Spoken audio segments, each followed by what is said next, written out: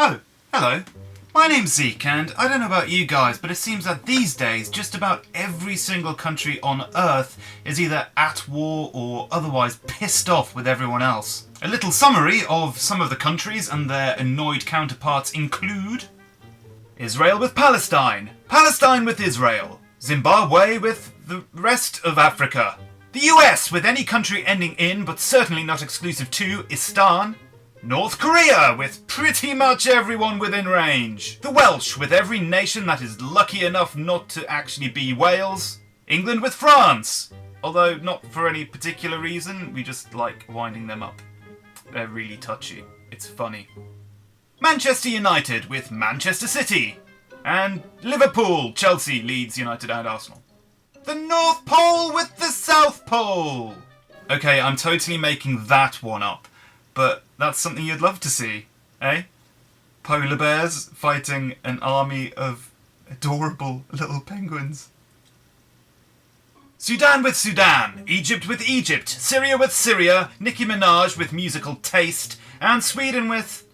Actually, the Swedes aren't annoyed at anyone. I think they got all their fighting out of their system a little while ago. And let's face it, no one's angry at the Swedes because their main export is hot women and okay furniture.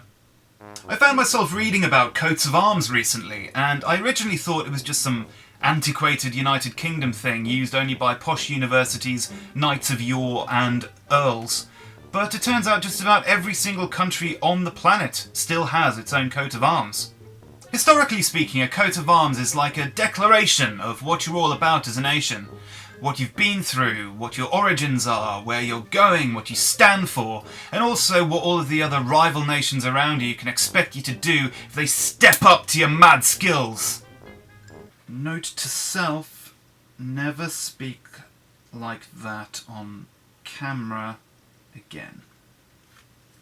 During my research, I found that some countries' coats of arms were way better than others. Some looked all gnarly and terrifying, whereas others just looked like Pablo Picasso trying to work his way through an optical migraine.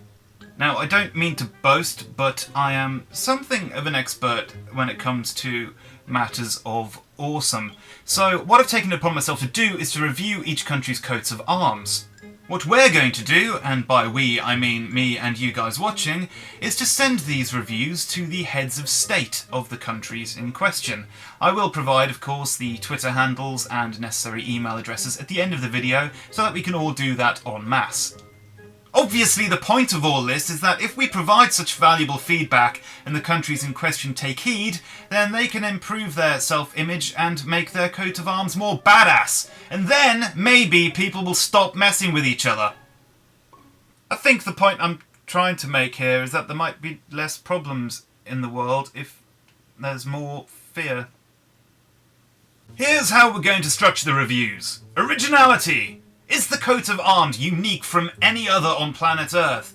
By that I mean, does it just depict a shield with a couple of animals and some Latin text underneath it and blah blah blah? Or does it show a hand grenade going off into Cole Ritchie's face while the Grim Reaper headbangs to Metallica on either side of it? Yeah? I have no idea how I'm going to do the graphics for that in post-production. Artistic merit. Given how old most of the coats of arms are, you'd think that at least one of them would be some kind of beautifully engraved Renaissance-era woodcut illustration. But, in fact, most of them just look like the entire populace of the country took turns vomiting clip art all over a shield. Badassery. Coat of arms. The clue's in the title, sweet cheeks. The coat of arms is supposed to let you know what you're up against if you try and start a fight with wherever Opia. It's all well and good having olive branches and doves and all that other junk on your coat of arms, but if I'm marching into battle and want to strike terror into the heart of my enemies, I want to be holding up a flag with a clown dressed as a shark on it. Effort. I've put this category in just to account for the fact that some coats of arms simply require bonus points. Some of them try and hit all of the aforementioned criteria, and they try very hard, but fail miserably. In other instances, they totally blow us out the water in ways we did not expect. Sometimes you just deserve points for trying. So, that is a farewell to arms. That's the idea, them's the rules, that was the intro. Went on for a bit longer than I was expecting, but I think we can squeeze a quick one in here. Let's start with... let's go from the top of the alphabet. Let's do Argentina. Okay! We're off to a bad start here. So... Argentina's coat of arms seems to be a picture of two people shaking hands over an inverted toilet plunger or something. On closer inspection, that red thing atop the, I don't know, the floating stick or whatever it is, seems to be a woolly hat. But then why would people in Argentina wear woolly hats given the climate there? Furthermore, why does the background to the whole scene look like a barren snowscape? And, to top it off, there's a massive sun bearing down on them! Nothing makes sense here. Okay, it gets points for originality, because it is certainly one of the more unique coats of arms I've seen, and I do like the little green mustachio on the sun. That is rather fetching, but it loses points left, right and centre for just about everything else. The main gripe I've got with this coat of arms is an artistic one. Look at those hands, man. Jesus. Anatomically speaking, that kind of grip is reserved purely for job interviews where you go in and try and confidently shake the hand of the interviewer, except you totally mess it up and end up in some kind of retarded vice-style grip thing where one of the pinkies is on the outside and it just feels all wrong. And you smile weakly, but the eye contact from the interviewer says, yep, you have just blown it from the off, let's just get this over with. That kind of handshake. Alright, let's do this. So, originality. I'm going to give Argentina a C+. Artistic skill, E.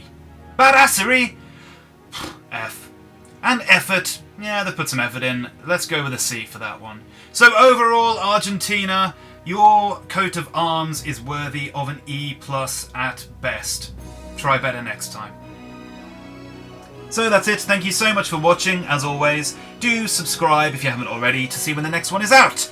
And speaking of which, you can leave a comment below to let me know which coat of arms you think we should critique next.